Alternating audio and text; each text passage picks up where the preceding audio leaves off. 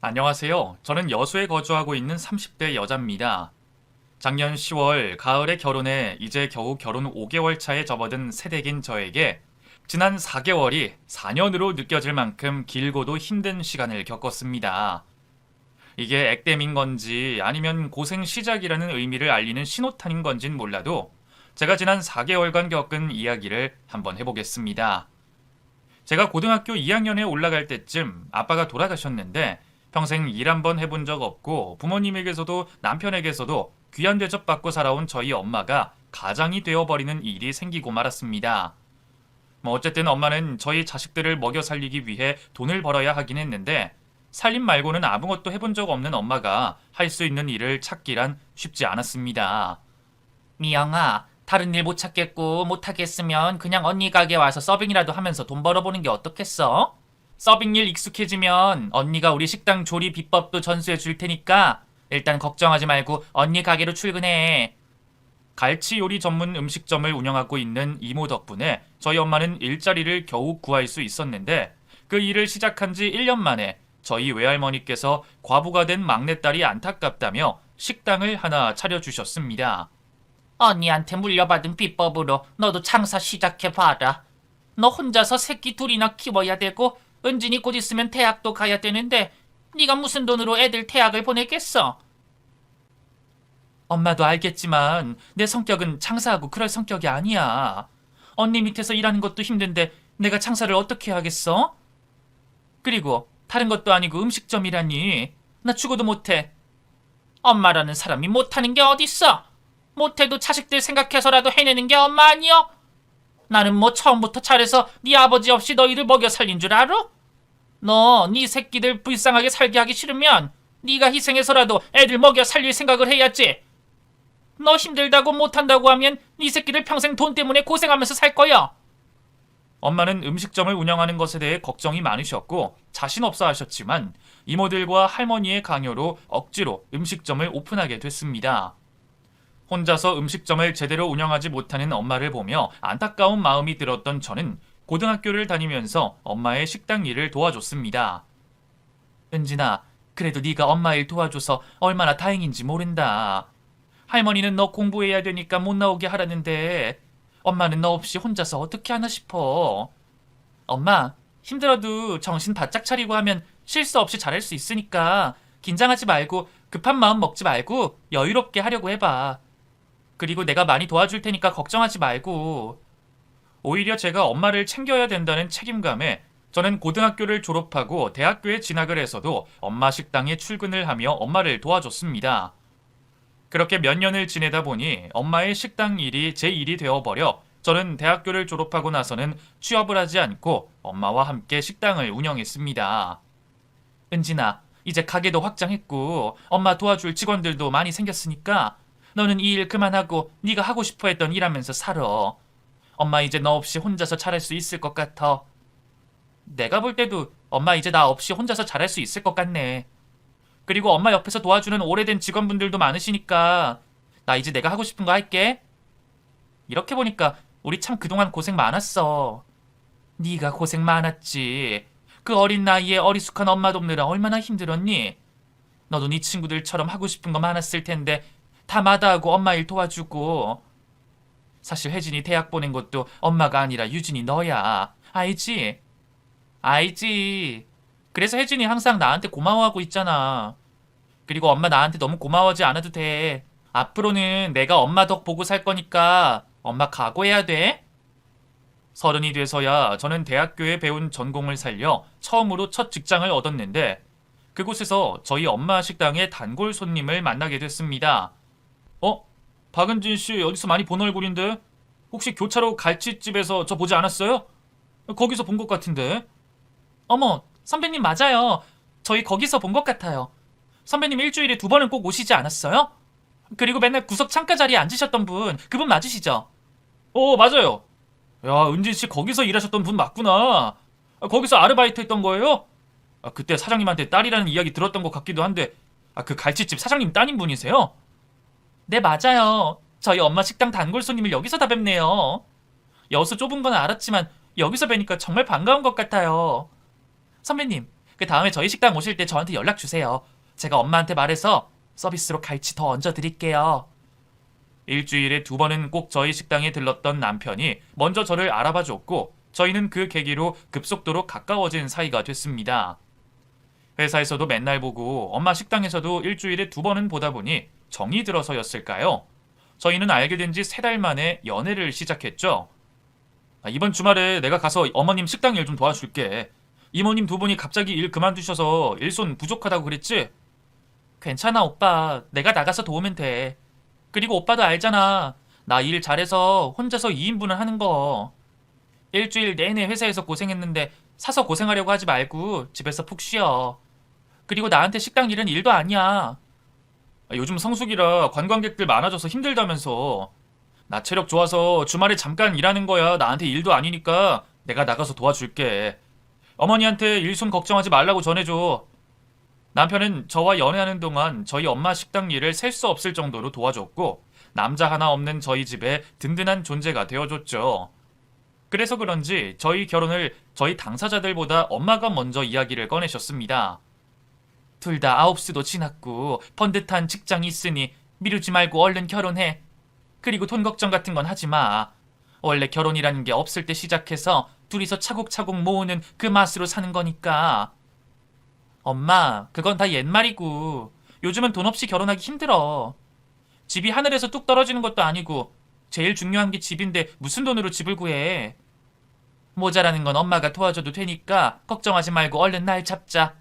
그리고 은진이 너 얼른 너희 시어머니 찾아뵙고 인사드려. 시어머니는 무슨 시어머니야. 만나뵌 적도 없고 아직 결혼 허락받은 것도 아닌데. 엄마 김치국 너무 마시지 말고 일단 기다리고 있어봐. 친정엄마가 먼저 저희의 결혼 이야기를 꺼내면서 남편과 저는 자연스레 결혼 준비를 시작했는데 남편이 저에게 자신은 모은 돈이 하나도 없다며 용기 내어 고백했습니다. 은진아, 부끄러운 이야기지만 지금 내가 모아둔 돈이 얼마 없어. 그래서 결혼식장 비용 말고는 내가 낼 수 있는 게 없을 것 같은데. 물론 대출 받으면 가능하겠지만 지금 내 재정 상태를 너도 알아야 될 것 같아서 말하는 거야. 돈이 없을 수도 있지. 괜찮아. 너무 잘못한 사람처럼 이야기할 필요 없어. 우리 있는 돈에서 형편 맞게 식장 구하고 신혼집 구해서 시작하는 걸로 하면 되지. 그리고 빚이 없는 게 어디야. 난 그것만으로도 감사한데. 그렇게 말해줘서 고마워. 근데 아무리 그래도 돈 한 푼 없이 장가가는 건 좀 아닌 것 같아서 그 아버지한테 연락드렸더니 아버지가 큰 돈은 못 해주지만 신혼집 구하는데 어느 정도는 보태주시겠다고 하시더라고. 시부는 아들만 두고 집을 나온 게 마음에 내내 걸렸다며 저희가 신혼집을 장만하는데 3분의 1 금액을 지원해 주시기로 약속했습니다. 저는 그것만으로도 정말 감사했었는데 시모와 식사 약속이 있던 날 시모는 저와 남편에게 말도 없이 그 자리에 시부를 부르셨습니다. 아버지가 왜 여기 계세요? 엄마가 아버지한테 연락해서 오라고 한 거예요? 아버지는 저희가 따로 식사 자리 만들려고 했었는데요. 너희 아버지한테 내가 할 말이 있어서 부른 거니까 너는 가만히 있어. 그리고 인사를 시키려면 엄마랑 아버지 같이 불러서 한 번에 인사시켜야지. 너는 왜 따로 시킬 생각인 거니? 아버지는 같이 사시는 분이 계시니까 그분이랑 같이 인사드리려고 했지. 그리고 아버지, 엄마 불편해하는 거 엄마도 알면서 아버지 왜 불렀어? 첫 만남부터 저는 시모가 보통 얘기의 사람이 아니라는 걸 눈치챌 수 있었습니다. 시모를 대하는 남편과 시부의 말투와 태도를 보면 두 사람은 시모를 아주 질려한다는 걸 느낄 수 있었어요. 내가 불편하면 당신은 내가 하려는 이야기만 듣고 금방 자리에서 일어나는 걸로 하세요. 그러면 되는 거죠? 며느리 처음 보는 자리인데 어떻게 금방 일어날 수 있겠어? 그리고 하려는 이야기는 나중에 애들 없는 자리에서 하는 게 어때? 무슨 소리예요? 저 당신한테 할 말 있어서 여기 부른 거지 당신이랑 겸상하고 싶어서 부른 게 아니라고요. 당신 애들 신혼집 구하는데 말도 안 되는 금액 보태주기로 했다면서요. 아무리 그래도 집값에 반은 해줘야 되는 거 아니에요? 다른 애도 아니고 당신한테 있는 유일한 아들인데 그 정도는 해줘야죠. 그래야 얘도 처가에 어깨 펴고 살 수 있는 거 아니겠냐고요. 시모는 시부에게 왜 그 정도밖에 도와주지 못하는 거냐며 화를 내셨는데 시부와 남편은 짠 것처럼 동시에 한숨을 내셨습니다. 왜 대답을 안 해요? 왜 그것밖에 안 해주는 거냐고 내가 지금 묻고 있잖아요. 설마 같이 사는 그 옆편 내가 우리 아들 장가가는데 돈 쓰지 말라고 말리기라도 했어요? 그게 사실이라면 저 절대로 가만히 안 있을 거니까 그런 줄 아시라고요. 오늘 며느리 처음 보는 날이라 나 웬만하면 참고 싶으니까 그만하고 그 이야기는 따로 하는 걸로 하지. 왜 애들 처음 보는 자리에서 이런 소리라는 거야? 애들이 있는 자리에서 해야 되는 게 맞죠? 아니 당신은 도대체 그동안 벌어온 돈을 어디다 쓴 거예요? 돈도 잘 버는 은행원이면서 왜 아들 장가가는데 그렇게 쪼잔하게 구세요? 당신이 정말 그러고도 우리 애들 아버지라고 할 수 있어요? 그러면서 시모는 제가 듣기에도 거북할 정도로 시부와 함께 살고 있는 분의 욕과 남편의 이복 동생들의 욕을 거칠게 하셨습니다. 시부는 저 때문에 참으려고 애를 쓰시는 듯 했지만 자신의 부인과 딸들의 욕을 하는 시모 때문에 시부도 결국 폭발해버리고 말았습니다. 당신이 나한테 그런 말할 자격이 된다고 생각해? 당신 나랑 이혼할 때 애들 핑계로 받아갈 돈 다 받아가 놓고 집 사달라고 떼써서 그 비싼 아파트까지 사준 거 벌써 이전년 말이야. 그거는 애들을 위해서 사달라고 한 거지 내 배부르자고 사달라고 한 거냐고요. 당신도 애들이 월세집에 전전하면서 살길 바라지 않았잖아요. 그뿐이야? 그것뿐이냔 말이야. 당신 애들 핑계로 지금까지 나한테 뜯어간 돈만 해도 수천이야. 그것도 양육비 제외하고 가져간 게 그 정도라고. 당신이 그 돈 가져가 놓고서 애들한테 엄마 노릇 제대로 하기라도 했어. 그리고 나는 당신한테 그 돈 주기 싫었지만 지금 나랑 같이 사는 사람이 애들 생각해서라도 주라고 해서 준 거야. 근데 당신이 어떻게 그 사람 욕을 할 수가 있어? 시부도 화가 나서 이성을 잃고 시모에 대해 폭로하듯 이야기를 늘어놓으셨는데 정말 정신이 아찔했습니다. 시부와 시모가 싸우는 모습이 아찔한 게 아니라 시모가 그간 저지른 일들을 들으니 솔직히 저게 인간인가 싶은 생각이 들기까지 했죠. 두 분 다 이제 그만하세요. 저는 아버지가 10원 한 장 안 보태주신다고 해도 원망 안 하고요. 오히려 엄마가 아빠한테 뭐라고 하는 게 더 당황스러우니까 저를 위해서라도 그만해주셨으면 해요. 너는 또 네 아버지 편드니? 이래서 아들 키워봐야 소용없다니까. 그때 네 아버지 너 데리고 간다고 했을 때 그러라고 했어야 했는데 아주 후회 막심이다. 그날 저는 바로 저희 친정엄마에게 제가 목격한 것들에 대해 토시 하나 빠뜨리지 않고 그대로 전달을 했습니다. 그러자 엄마는 기겁을 하시며 시모와는 거리를 두고 지내라고 말했습니다. 너희 시어머니 진짜 문제가 많은 것 같다. 너희 시어머니 너희 시아버지한테 하던 짓 너희한테 그대로 할 것 같은데 그런 거는 초반부터 싹을 잘라내야 돼. 그거 어떻게 해야 되는 건데? 나는 오늘 우리 어머님 보니까 너무 무섭더라고. 이 결혼 꼭 해야 되나 싶은 생각이 들 정도였어. 엄마, 어머님이 나 며느리라고 나한테도 뭐 뜯어내려고 하면 어떡해? 찬성이한테 말해서 결혼하고 나면 우리는 시어머니 도와주는 거 없기로 약속하자고 약속부터 받아내. 내가 보니까 네 시어머니 분명 우리한테도 도움받으려고 하실 것 같은데 우리는 그러지 말자고 하란 말이야. 솔직히 그 약속 받아내는 거 아니면 파혼밖에 없는데 너 파혼은 하기는 싫은 거 아니니? 엄마의 조언대로 저는 결혼 후 시모에게 금전적인 도움을 주지 않는 걸로 약속하자고 제안을 했고 남편은 흔쾌히 그러겠다고 대답을 해줬습니다. 그리고 남편은 시부에게 신혼집 금액의 3분의 1을 지원받기로 했고 저도 똑같이 3분의 1을 낸 뒤 나머지 금액은 대출로 메꾸기로 했는데 친정엄마가 저희에게 나머지 금액을 지원해 주시겠다고 말했습니다. 대출하면 다 갚을 때까지 이자를 내야 되는데 솔직히 그거 생돈 날리는 거랑 다름없지 않니? 엄마가 도와줄 수 있어서 도와주는 거니까 너희가 내 도움 받았으면 좋겠구나. 장모님, 마음은 감사하지만 저희는 저희 힘으로 신혼집 구할 생각이에요. 솔직히 할 수 있으면 제가 다 해가고 싶은데 그러지도 못하고 있는 상황이잖아요. 근데 은진이가 더 많이 해온다고 하면 솔직히 제 마음이 조금 그럴 것 같아요. 물론 자존심이 상해서 그런 건 아니고요. 은진이랑 장모님한테 죄송스러워져서요. 아유, 도대체 그런 생각은 왜 하니? 부모가 자식 고생하는 거 보기 싫어서 도와준다는데 도와준다고 할 때 감사합니다 하고 받으면 되지. 정 그렇게 그냥 받기 싫으면 나중에 돈 생기면 갚는 걸로 하고 받아가는 걸로 해. 대신 은행처럼 이자는 안 받을 테니까 그건 걱정하지 말고. 남편이 그냥은 저희 엄마의 지원을 받기 싫다고 해서 저희는 나중에 갚는 걸로 하고 엄마의 도움을 받기로 했습니다. 그 사실을 시모에게 말해줬는데 시모는 상견례 날 그렇게 저희 엄마에게 트집을 잡으셨습니다. 사부인이 애들 집 구하는데 부족한 금액 지원해 주신다고 하셨다면서요? 아니다. 말은 똑바로 해야지. 지원이라고 하면 안 되겠네요. 애들한테 돈 빌려주신다고 하셨다면서요? 은행에서 대출받는 것보다 저한테 빌려가서 기한 없이 쓰는 게 낫지 않겠나 싶어서 그렇게 해주기로 했습니다. 맘 같아선 더 도와주고 싶은데 애들이 받지를 않네요. 애들이 안 받기는 뭘 안 받아요. 사부인이 도와주시겠다고 계속하셨으면 애들도 못 이기는 척 받았을 거 아니에요. 돈도 잘 버시는 사람이 왜 그렇게 쪼잔하게 그러시는 거예요? 쪼잔하다뇨? 사부인은 무슨 말씀을 그렇게 하세요? 저는 애들한테 해줄 수 있는 최선을 다해주고 있다고 생각합니다만 그게 최선이라고요? 제 눈엔 쪼잔한 걸로밖에 안 보이는데요. 해줄 거면 그냥 집 하나를 사주면 되지. 겨우 3분의 1 금액만 주는 거면서 그것도 그냥 주는 것도 아니고 빌려주는 거라니. 그게 쪼잔한 게 아니면 뭔가요? 제가 볼 땐 최선은 아닌 것 같네요. 남편이 시모에게 그만하라고 화를 냈지만 시모는 그럴 의지가 없어 보였습니다. 그러면서 시모는 저도 찾지 않는 제 권리를 저를 대신해 찾기 시작했습니다. 들어보니까 은진이 얘가 고등학교 때부터 사부인 식당에서 일하면서 그 조그맣던 식당 그 정도로 키워둔 것 같은데 사부인 딸 덕을 그렇게 보셨으면 그 정도만 해줘서 되는 게 아니라 집이고 뭐고 다 해줘야 되는 거 아닌가요? 제가 은진이라면 너무 억울할 것 같아서 그래요. 어머님, 저는 괜찮아요.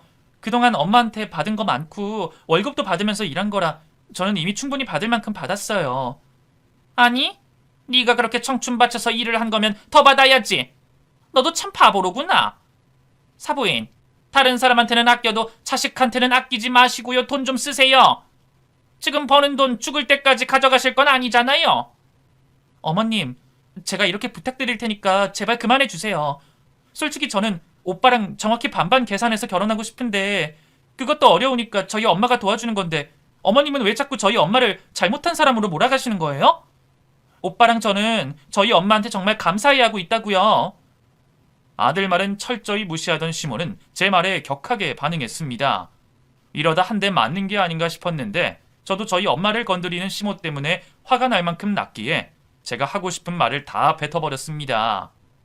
그 일로 시모는 제가 미웠는지 결혼식 날까지도 저를 보지 않으셨고 결혼식 날에도 저에게 아는 척을 하는 둥 마는 둥 하셨습니다.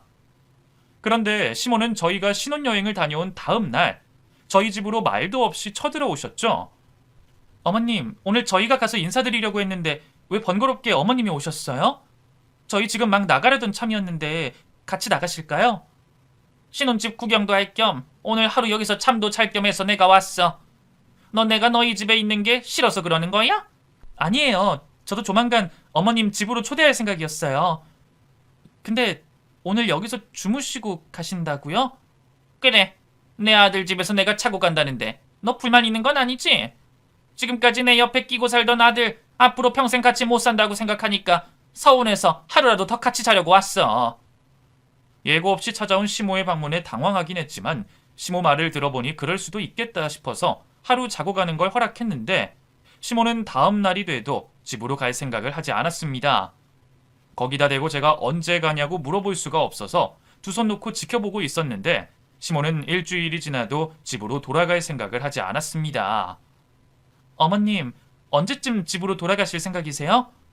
다른 게 아니라 어머님이 지내고 계시는 곳이 옷방인데 거기에 곧 옷장이랑 가구들이 좀 들어올 거거든요. 그거 들어오면 어머님 다리 펴고 주무시기도 힘들 것 같은데 집으로 돌아가셔서 편하게 주무시는 게 낫지 않을까요? 내 나름대로 예의 있고 조심스럽게 말한 거라고 생각을 했는데 남편이 있는 자리라서 그런 건지 시모는 눈물을 글썽이며 되지도 않는 불쌍한 척을 하셨습니다. 내가 여기 있었으면 얼마나 있었다고? 너는 왜 사람을 벌써 집으로 보내려고 하는 거니? 벌써부터 내가 그렇게 불편해? 아니면 나를 못된 시어머니로 만들고 싶어서 그러는 거야? 어머님, 그게 아니라요. 어머님이 그 작은 방에 지내시면 불편하실까봐 말씀드리는 거예요. 집에서 주무시면 더 편하게 지내실 수 있으시잖아요. 근데 어머님이 괜찮으시면 더 지내셔도 돼요. 제가 죄송해요. 시모가 눈물을 흘리는 바람에 당황한 저는 시모를 달래려고 더 지내다 가라고 말을 해버리고 말았습니다. 그전까지는 이 사실을 친정엄마가 알면 화를 낼 것 같아서 일부러 말을 하지 않고 있었는데 아예 눌러 앉으려고 하는 시모를 보며 속상한 마음에 엄마에게 털어놨더니 엄마가 남편 혼을 내셨습니다. 은진이가 아니라 자네가 자네 엄마한테 말해서 돌려보냈어야지. 왜 자네는 가만히 있어? 사부인도 정말 너무하신다. 어떻게 이제 막 신혼여행 다녀온 애들 옆에서 붙어 살려고 그러실 수가 있어? 아휴, 자네 앞에서 이런 말 하면 안 되지만 사부인만 생각하면 속이 턱하고 막힌다 막혀. 엄마에게 된통 혼이 난 남편은 저에게 미안하다고 사과를 한 뒤 시모에게 집으로 돌아가 달라고 말했는데 시모는 눈물이 무기라고 생각하시는지 또 눈물을 흘리시며 말했습니다. 사실 나 찬성이 너 없는 집에 혼자서 자는 게 너무 무서워서 그래.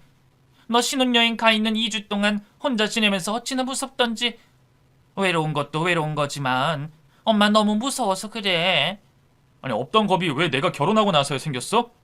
그전엔 엄마 혼자서도 잘 지냈잖아. 엄마 이상한 핑계 대지 말고 이제 집으로 돌아가. 우리도 신혼생활 해야 될 거 아니냐고. 내가 있다고 신혼생활 못하는 것도 아닌데 너 엄마한테 너무 야박한 거 아니여? 그럼 찬성아, 엄마가 돌아가긴 돌아갈 건데 네가 집에서 며칠간만 같이 있어주면 안 되겠니? 그렇게 해준다면 엄마 집으로 돌아가도록 할게. 남편이 시모 집에 며칠 함께 머물러주는 조건으로 시모는 2주 만에 집으로 돌아가셨습니다. 그리고 일주일 뒤 남편이 집으로 돌아왔는데 남편은 못 볼 꼴이라도 본 사람 마냥 진절머리를 치며 말했습니다. 아무리 우리 엄마지만 나는 저런 우리 엄마가 너무 무서워. 가지 말라는 거 누나 도움받아서 겨우 왔는데 이럴 거면 나 장가를 왜 보낸 거냐고. 엄마 진짜 무슨 생각으로 저러는 거지? 어머님 진짜 왜 그러신데? 설마 저러다 또 집으로 오시는 건 아니겠지? 또 오시면 나 진짜 미쳐버릴지도 몰라. 며칠 동안은 누나가 엄마 옆에 있기로 했고 그리고 누나가 엄마 단단히 혼낸다고 했으니까 일단 우리 누나 믿어보자. 신우만 믿고 있었는데 시모는 제 걱정대로 3일 만에 전보다 더 많은 짐을 싸들고 저희 집으로 들어오셨습니다. 짐의 양만 보면 저희 집에 눌러앉아 살기로 결심한 사람처럼 보였죠. 엄마 진짜 왜 이래? 도대체 뭐 때문에 이러는 거냐고. 사람 괴롭히고 싶어서 일부러 이러는 거야? 엄마 다시 신발 신어. 내가 집으로 모셔다 드릴게. 엄마가 마음이 너무 힘들어서 그래. 평생 같이 살던 아들이랑 떨어져 산다고 생각하니까 무섭기도 한데 그 아들을 물가에 내놓은 심정이라 네 걱정에 내가 참을 이룰 수가 없어. 엄마도 이런 나 자신이 힘들다 찬성아. 내가 몇 살인데 물가에 내놓은 어린애 같다는 거야. 나 군대 가도 걱정 한 번 안 하던 엄마가 갑자기 왜 이러냐고. 그리고 나 어디 팔려온 것도 아니고 결혼해서 온 거잖아. 엄마 진짜 내 결혼 생활 망가뜨리고 싶어서 이러는 거야? 남편은 남편대로 짜증이 잔뜩 났는지 거의 울부짖으며 말을 했고 시모는 바닥에 주저앉아 자기는 죽어도 못 돌아간다고 울고불며 떼를 썼습니다. 맘 같아서는 제가 나서서 집으로 돌아가라고 말하고 싶었지만 제가 입을 열면 싸움판이 될 것 같아 남편이 시모를 설득시키는데 시모가 갑자기 저에게 결정을 내리라고 말했습니다. 어차피 이 집 주인 세아가 너 아니니? 네가 우리 찬성이보다 더 많은 돈 들여서 산 집이니까 이 집은 당연히 네 집이잖아. 명의도 네 걸로 해뒀다고 들었는데 집주인인 세아가 네가 결정해라. 너도 이 불쌍한 시어머니를 이 집에서 쫓아내고 싶어? 나 혼자서 그 집에서 외롭게 지냈으면 좋겠니? 그러시면 어머님 마음 안정 되찾으실 때까지만 여기 계세요. 대신 너무 오래는 안 되고요. 일주일 정도만 머무르시는 걸로 해요. 어떻게든 집에 붙어 있으려고 시모를 보며 안쓰러운 마음에 일주일이라는 시간을 줬지만 그것은 저의 큰 실수였습니다. 시모가 일주일만 있으라고 한다고 있을 사람이 아니었던 것이었죠. 조금만 더 지켜보다가 시모를 보내려고 했는데 갑자기 집으로 신우가 들이닥쳤습니다. 아주 화가 잔뜩 난 상태로 말이죠. 아니 엄마 진짜 미쳤어? 엄마 자식들한테 버림당하고 싶어서 작정을 한 거냐고? 도대체 엄마 우리 몰래 무슨 짓을 벌인 거야? 누나 왜 그래? 무슨 일인데 엄마한테 소리를 지르는 거야? 흥분 가라앉히고 무슨 일인지 설명부터 좀 해봐.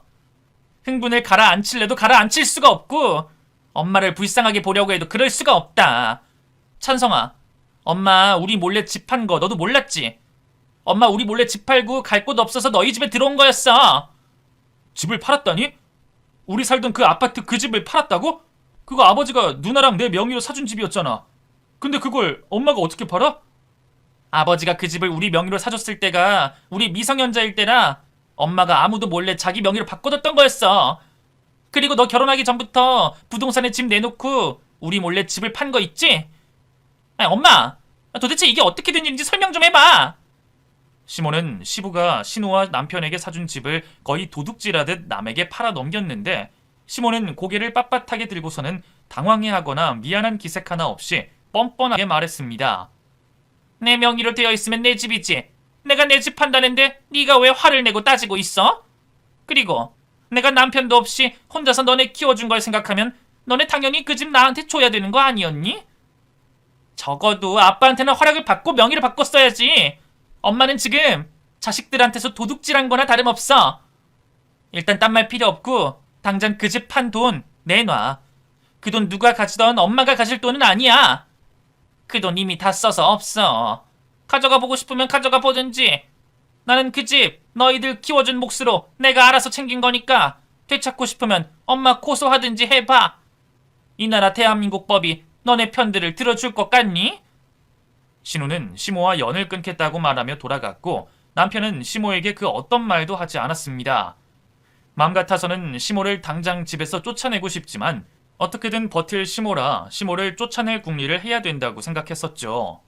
그러면서 남편은 저희 엄마에게 조언을 얻어보자고 해서 엄마를 찾아갔더니 엄마는 이야기를 듣자마자 본인이 직접 시모를 쫓아내 주시겠다고 했습니다. 걱정들 하지 마라. 막장으로 나오는 사람한테는 더 개막장으로 나가야 돼. 내가 어떻게 해서든 사부인 그 집에서 쫓아내주도록 할게. 엄마, 우리 어머님이랑 싸울 건 아니지. 나 절대 그런 건 바라지 않아. 괜히 우리 어머님 자극하고 싸우면 오히려 더 독이 될지도 몰라. 엄마가 그 정도도 생각 못할 것 같아? 엄마도 다 생각 있으니까 너희들은 나만 믿고 있어봐. 엄마가 도대체 어떻게 하시려나 싶었는데 그날 밤 엄마는 식당 문을 닫고 짐을 싸서 저희 집으로 들어오셨습니다. 엄마가 짐을 싸들고 집으로 들어오시자 저도 당황했지만 애써 아무렇지 않은 척 시모에게 말했습니다. 어머님, 저희 친정엄마도 오셨어요. 제가 어머님께 미리 말씀드린다는 걸 깜빡했네요. 저의 말에 당황해하던 시모는 금세 표정을 바꾸며 저희 집이 제 집인 양 주인 행세를 하며 말했습니다. 사부인이 여길 왜 오셨어요? 그 집은 또 뭐고요? 설마 사부인 여기서 지낼 생각으로 오신 건 아니죠? 사부인이 여기서 지내고 있다고 하셔서 나도 내 딸이랑 붙어 살고 싶어서 들어왔습니다. 왜요? 사부인은 되는데 저는 안 되는 겁니까? 그러든 말든 저는 사부인이랑 같은 방 쓸 생각이니 방 정리 좀 해주세요. 친정엄마가 시모가 지내던 방으로 들어가 자리를 잡고 앉자 시모는 똥 마려운 강아지처럼 안절부절 못하며 엄마를 지켜보셨습니다. 사부인, 그렇게 서 있지 말고 여기 잠시만 앉아보세요. 애들한테 이야기 들어보니까 사부인 살던 집 팔아서 갈 곳 없어서 여기서 지내신다고 하던데 설마 애들한테 땡전 한 푼 안 보태고 눌러앉아 사실 생각은 아니시죠? 저도 염치가 있는 사람이라 밥값을 할 생각입니다. 제가 애들 대신 밥 해주고 청소해주고 그러면 되는 거 아닌가요? 그거는 사부인 없어도 애들 스스로 할 수 있는 일인데 애들 일을 뺏어서 그걸 밥값이라고 하면 안 되죠? 솔직히 말해서 이 집 지분에 제 지분도 있으니 사부인 저한테도 신세 지고 있는 거나 다름없으니까 내일부터 저랑 같이 저희 식당에 가서 일하면서 밥값 하시는 게 어떻겠어요? 엄마 식당으로 같이 출근하자는 말에 시모는 말문이 막힌 듯 제대로 말도 못하고 계셨는데 엄마는 더 강력한 수를 둬야겠다고 생각했는지 시모의 자존심을 건드리면서까지 말씀하셨습니다. 본인 입으로 본인도 염치가 있다고 하셨으니까 이제 막 신혼생활 시작한 애들한테 패끼치지 말고 저랑 같이 일하면서 돈도 벌고 하시는 게 어떻겠어요? 언제까지 여기서 지낼 수도 없는 노릇이고 돈 벌어서라도 이 집에서 나가줘야 되지 않겠어요? 사부인 설마 애들한테 민폐 끼치면서까지 여기서 쭉 눌러앉을 생각은 아니시죠? 저도 집 구해지면 나갈 생각이었습니다. 저도 부모인데 자식한테 민폐 끼치는 부모가 되고 싶겠어요? 사돈 저 가르쳐 드시려는 것 같은데 저도 잘 알고 있다고요. 저희 식당에서 일하시면 제가 월급도 부족하지 않게 챙겨드릴 테니까 기생충처럼 여기서 아무것도 안 하고 눌러앉지 마시고 저랑 같이 일합시다. 내일부터 당장 가능하죠? 애들한테 이렇게 스트레스 주면서 설마 그것도 못한다고 하실 건 아니시죠? 왜 못합니까? 저도 하면 하는 사람이고 사부인 식당에 취직시켜 주신다고 하면 저야 좋죠. 하루라도 빨리 돈 벌어서 여기서 나가야 되지 않겠습니까? 저도 애들 눈치 보고 사는 거 힘드네요. 그리고 제가 사돈인데 다른 직원들보다 돈 더 잘 챙겨주시리라 믿고 가보겠습니다. 설마 저런 걸로 시모가 반응을 하나 싶었는데 저보다 시모 마음을 더 잘 알았던 엄마는 바로 시모의 자존심을 건드려 시모를 엄마의 식당으로 끌어들일 수 있었습니다. 아마도 엄마는 시모에게 힘든 식당 일을 시켜 알아서 나가도록 하게 만들려고 했던 것 같아 보였는데 일단 저는 엄마가 하는 걸 가만히 지켜보기로 했습니다. 그런데 다음날 아침에 눈을 떠보니 새벽 6시임에도 불구하고 시모와 엄마는 보이지 않았습니다. 엄마, 도대체 이 시간에 어딜 간 거야? 어머님 모시고 운동이라도 하러 나갔어? 운동은 무슨 운동이야? 새벽 3시에 네 시모 깨워서 수산시장 들렀다가 이제 막 식당에 도착했어. 나 지금 네 시모 가르치러 가야 돼서 바쁘니까 전화 끊어. 새벽 3시에 엄마 손에 이끌려 나간 시모는 밤 11시가 돼서야 집으로 돌아왔는데 시모는 고단한 하루였는지 집으로 오자마자 바로 잠에 드셨습니다. 그리고 몇 시간 자지도 못하고 다음날 새벽 3시에도 시모는 엄마 손에 이끌려 나가 밤 11시가 돼 집으로 돌아왔습니다. 이튿날 밤 시모가 잠에 들고 난 후 엄마는 남편과 저에게 이렇게 말했습니다. 오늘이 너희들 사부인 보는 마지막 날이니까 그런 줄 알고 자. 아침에 일어나 보면 사부인 흔적도 없이 사라져 있을 거다. 무슨 소리야. 내가 볼 땐 내일은 어머님 힘들어서 못 간다고 하실 거야. 어머님 많이 힘들어 보이시던데 내일 못 간다고 하면 억지로 데리고 가지 말고 집에서 쉬라고 해줘. 네가 그래서 문제야. 네가 그렇게 마음이 물러 터졌으니까 너희 시모가 그걸 알고 여기에 눌러 붙은 거잖아. 어쨌든 엄마는 이미 내가 할 일 다 한 것 같으니까 내일 아침에 지켜보자고.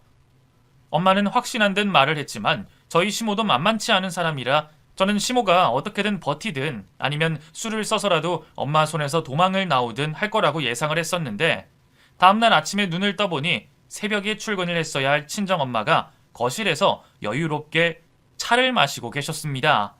엄마, 오늘은 수산시장에 안 간 거야? 어머님 많이 힘들어 하시지?